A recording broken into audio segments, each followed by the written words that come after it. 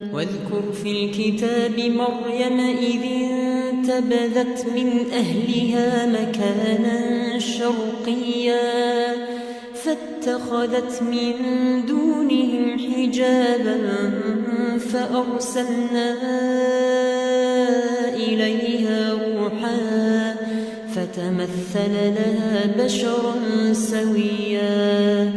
قالت بالرحمن منك إن كنت تقيا قال إنما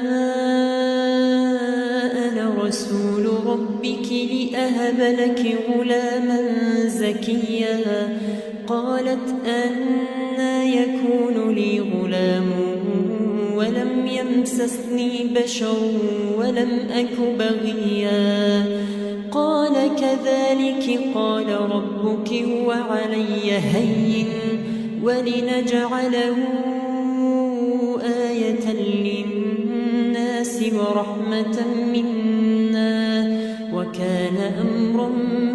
مقضيا فحملته فانتبذت به مكانا قصيا فأجاءها المخاض إلى جذع النخلة قالت يا ليتني مت قبل هذا وكنت نسيا منسيا فناداها من